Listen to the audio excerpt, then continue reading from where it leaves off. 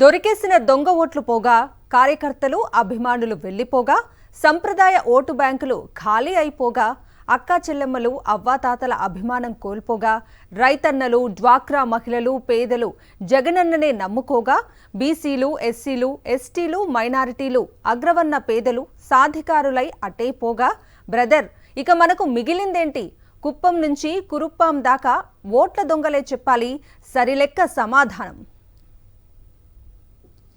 ఈసారి ఎలాగైనా గెలిచేయాలి, అర్జెంటుగా అధికారంలోకి వచ్చేయాలి, అధ్యక్ష అనేయాలి.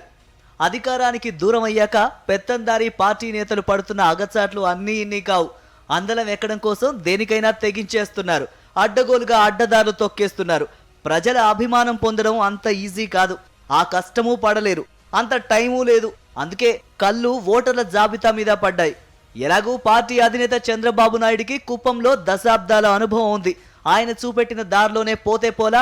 అయితే బోగస్ ఓట్లు చేర్పించుకుంటే ఎంత మాత్రం సరిపోవు. వాటికి కొన్ని రెట్లు ఎక్కువ వైసీపీ సానుభూతి పరుల ఓట్లు తీసేయించాలి. ఇదే ప్రస్తుతం రాష్ట్రంలో టీడీపీ నేతలు చేస్తున్న కసరత్తు. ఇందుకోసం టీడీపీ ఎక్కడికక్కడ ఒక స్పెషల్ టీమ్స్ ను ఏర్పాటు చేసుకుంది. వైసీపీ సానుభూతి పరులైతే చాలు, వెంటనే వారికి తెలియకుండానే వారి ఓట్లు తీసేయించడానికి ఆన్లైన్లో ఫామ్ 7 అప్లై చేస్తున్నారు. నెల్లూరు జిల్లాలో పెద్ద ఎత్తున తెలుగుదేశం పార్టీ చేస్తున్న ఈ కుతంత్రాన్ని వైఎస్ఆర్ కాంగ్రెస్ పార్టీ బయటపెట్టింది. వైఎస్ఆర్సీపీ అభిమానులు సానుభూతి పరుల ఓట్లను తొలగించేయడానికి ప్రథమ ప్రాధాన్యత ఇస్తే ఓటర్ లిస్టులోకి తమ అనుకున్న వారిని అక్రమంగా చేర్పించడం రెండో ప్రాధాన్యతగా పెట్టుకుంది టీడీపీ ఓట్ల దొంగల ముఠ. వైసీపీకి అత్యధికంగా అభిమానులు సానుభూతి పరులు ఉంటారు కాబట్టి మొత్తం మీద అక్కడ ఇక్కడ కలిపి 20 నుంచి 25,000 వరకు ఓట్లను తొలగించడం టార్గెట్ గా పెట్టుకుంది ఓటు దొంగల ముఠ. అదే సమయంలో బయటి ప్రాంతాల వారిని స్థానికంగా ఉంటున్నట్లు తప్పుడు డిక్లరేషన్ ఇప్పిస్తూ తమ ఓటర్ల సంఖ్యను విపరీతంగా పెంచుకోవడానికి టీడీపీ బరి తెగిస్తోంది. తెలుగుదేశం పార్టీ నాయకత్వం ఓట్ల దొంగల ముఠాలకు ఈ 2 టార్గెట్లు ఇచ్చి పనిలో పెట్టుకున్నట్లు స్పష్టంగా తెలుస్తోంది. ఉదయగిరి నియోజకవర్గం వరికుంటపాడు మండలం పామూరుపల్లి కేవలం 300 ఓట్లు ఉండే చిన్న గ్రామం. ఇక్కడ టీడీపీ ముఠ తమ టాలెంట్ ను వాడింది. 30 ఓట్లు డబుల్ ఎంట్రీ చేయిస్తూ దొరికిపోయింది. ఈ వ్యవహారం తాజాగా బయటపడింది. జనాల్లోకి వెళ్లి గతంలో ప్రజా సంక్షేమం కోసం తామేం చేశామో ఇక మీదట ఏం చేయబోతున్నామో చెప్పుకునే పరిస్థితి లేదు టీడీపీకి. అందుకే పార్టీ పాజిటివ్ పాలిటిక్స్ వదిలేసి ఇలా నెగటివ్ పాలిటిక్స్ లోకి దిగుతోందన్న వాస్తవాన్ని పార్టీ కార్యకర్తలు సానుభూతి పరులు గ్రహిస్తున్నారు. రాజకీయంగా ఇప్పటికే కథ క్లైమాక్స్ కి చేరిపోయినట్టేనని భావిస్తున్నారు. ఎన్నికల్లో రొమ్ము చూపి ఒంటరిగా పోటీ చేసే దమ్ము లేని దీనావస్థకు పార్టీని చంద్రబాబు దిగజార్చేశాడని వాపోతున్నారు.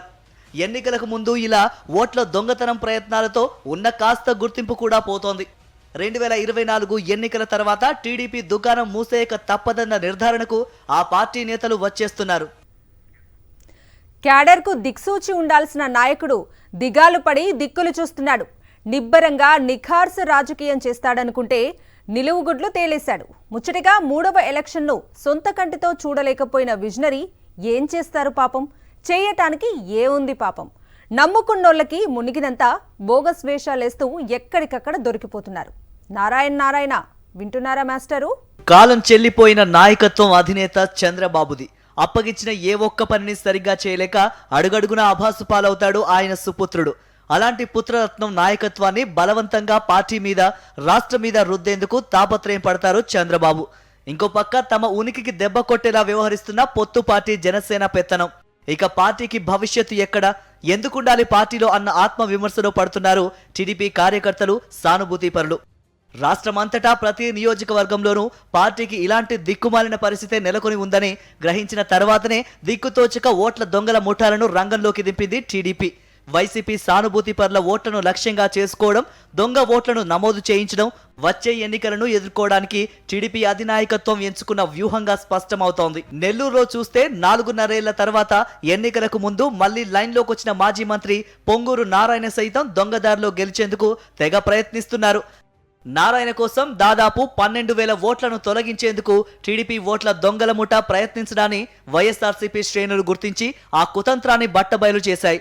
వైఎస్ఆర్సీపీ మద్దతుదారుల ఓట్లను ఆన్లైన్లో ఫామ్ 7 ద్వారా తొలగించేందుకు ముఠా సభ్యులు దరఖాస్తు చేయించి దొరికిపోయారు.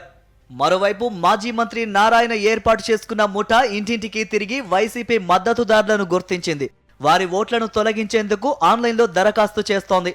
ఇంకో మాట ఏంటంటే ఇతర ప్రాంతాల్లో ఉన్న తన విద్యా సంస్థల్లో పనిచేసే ఉద్యోగులంతా నెల్లూరు సిటీలో ఓట్లు నమోదు చేసుకోవాలంటూ నారాయణ ఇప్పటికే ఆదేశాలు ఇచ్చారట. ఎన్నికల కమిషన్ ఆదేశాలతో ఓట్ల నమోదు ప్రక్రియ పరిశీలన జిల్లాల్లో వేగవంతంగా జరుగుతున్న నేపథ్యంలో చాలా చోట్ల టీడీపీ నమోదు చేసిన దొంగ ఓట్లు బయటపడినట్లు వైసీపీ నేతలు చెబుతున్నారు. టీడీపీ ఓటు దొంగల ముఠా ఆట కట్టించాలని ఓటర్లు ఎన్నికల సంఘం అధికారులను కోరుతున్నారు. మంచి చేసే మనసులు గెలిస్తే జనమే జై కొడతారు. ఓటరు జోలికెళ్తే చాట చిరిగిపోద్ది. చట్టం చేతికర్ర వీపు మీద విరిగిపోద్ది. సర్వేలో దొరకలేదా? సర్వేపల్లి సమాధానం. కడుపు చించుకుంటే పడేది కాళ్ల మీద కాదా? మర్మమేళ మరిచారు మాజీ మంత్రివర్య. ఒంటరిగా ఎన్నికలను ఎదుర్కోవడం అన్న మాటే తెలుగుదేశం పార్టీకి సంబంధించినంత వరకు గత చరిత్ర. దమ్ము దర్పంతో హుందాగా ఎన్నికల్లో గెలిచేందుకు బరిలో దిగే సత్తా చంద్రబాబు నాయుడు నాయకత్వంలోని తెలుగుదేశం పార్టీకి లేకుండా పోయింది. తన గెలుపు కోసం కాకుండా ప్రత్యర్థి పార్టీని ఓడించడం కోసమే పొత్తుల కోసం పాకులాడే దివాలా కోరుతనానికి దిగజారిపోయింది. జనసేనతో కలిసినా వర్కౌట్ కావట్లేదని సర్వేలు చేయించుకుని స్పష్టంగా తేల్చేసుకున్న టీడీపీ అధినాయకత్వం కుప్పం తరహా బోగస్ ఓట్ల తరహా కుతంత్రానికి సంకల్పించింది. ఆ పని చేసి పెట్టే ముఠాలను తయారు చేసి రాష్ట్రం మీదకు వదిలింది. నెల్లూరు జిల్లా సర్వేపల్లి నుంచి ఇప్పటికే 5 సార్లు ఓడిపోయిన మాజీ మంత్రి సోమిరెడ్డి చంద్రమోహన్ రెడ్డి మరోసారి తన దురదృష్టాన్ని పరీక్షించుకోవడానికి సిద్ధమవుతున్నారు.